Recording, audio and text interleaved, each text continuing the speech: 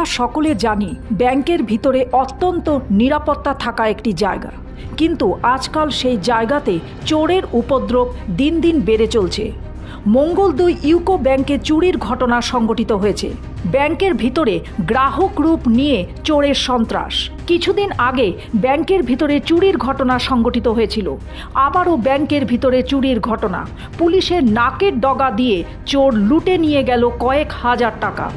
পুলিশে ভর্তি হয়ে থাকা বাতা চারিয়ালি থেকে চোর চুরি করে নিয়ে গেল কয়েক হাজার টাকা।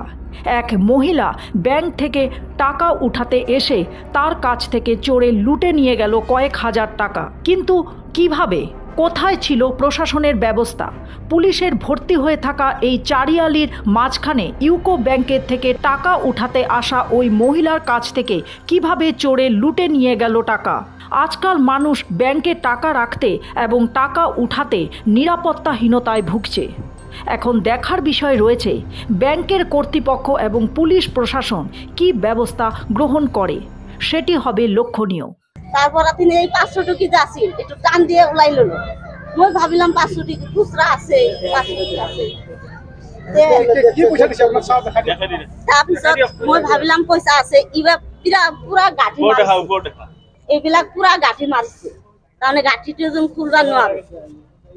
পেলপিলিত আমাক উঠাই দিলে, কলে ভাই তুই যা, তোর 19,000 টাকা তোক দি দিমু, আর যিমান থাকে আমার হোক। তেনেকা কইলে আমি কইলাম নাই, আমি পেলপিলিত উঠাই নাই, জোরে জবর তুলি। পেলপিলি আলা কইলো, কলে উঠা না বাইতে, ইমান দেরি করে আসা। পেলপিলি অলপ মান গৈছো, যার পিছত মনত সন্দেহ হৈ গেল, এনেকা কৰি আছে আমার সাথে। মই গাঠিটো খুলিতে যিমান টাইম লাগিল আর কি, ইমান টাইমতে এইবিলাক কত যে গেল মই আর নোৱাৰো। আমি গাঠিটো খুলি এনে পানি দেখি একটু কাগজ পয়সা নহয় উনাই নিয়ে দৌড়ি গেছি।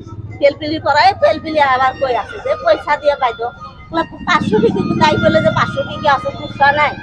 এনাম 500 টাকাও নাই, কাগজও নাই। আমি পেলপিলির সাথে কথাই পারেন না, তাতে দৌড়ি পিছাড়ি দিয়েছি। গৌহাটি থেকে স্বপ্না দত্তের রিপোর্ট, ইউ বাংলা।